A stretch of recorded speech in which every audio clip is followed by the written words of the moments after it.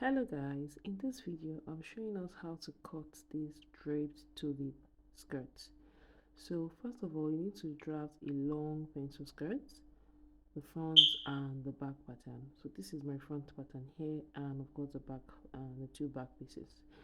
So now the first thing is to draw the style line of the tulip. Now you also need to include your dart on the skirt.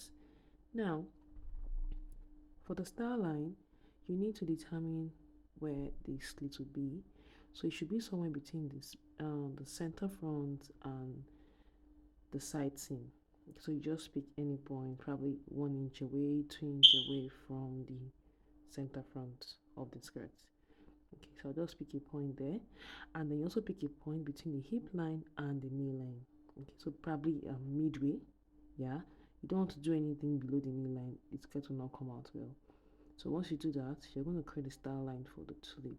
Okay, so you could do freehand, like just draw a curve, or you want to use the curve part of your ruler. Okay, so but for this tutorial, I'm using a small or a scaled down version of a skirt. Okay, so this is not like my full length skirt, if that makes sense. So like I said, you want to make sure the slit is after the center front. So I'm just adjusting it so that it's not too close to the side seam. Okay, so this is it here, and I'll just use my curve to shaping out the curve there. So once I do this, we're going to be cutting out this part. Now next thing, we're going to be closing the two darts on the skirt, and then we'll draw out our slash lines. Okay, so for the slash lines, it depends on how many you want to draw. Okay, there's no particular rule for this, just use your discretion. Okay, you don't have to do exactly what is in the picture. So I'm just drawing my slash line up to where I have the curve there. Okay, now I'm just drawing my arrows to show the direction I'll be cutting the lines, and then I'm going to close the that. So before I do that, I'm going to place this on my back pattern so that the front and back slits can be the same thing, if that makes sense. So I'll just split it like this, and then I'll use the slit on the front to cut the back.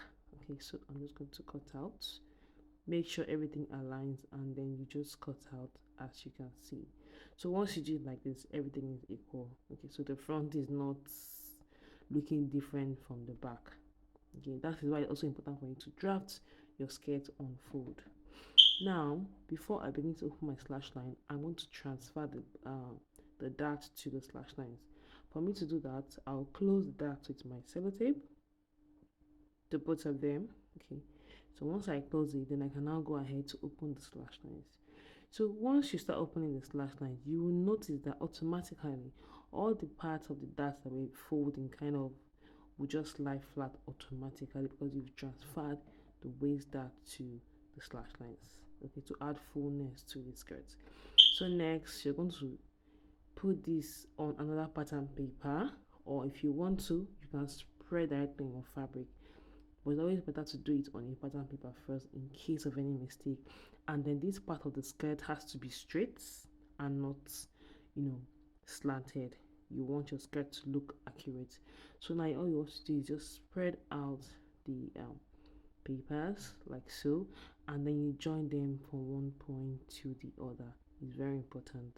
Okay, so once you cut this on your fabric, you cannot put your seam allowance, right? So now I'm just cutting out. I didn't put any seam allowance when I was drafting the skirt. Okay, so all seam allowance will be added when you're cutting it on your fabric.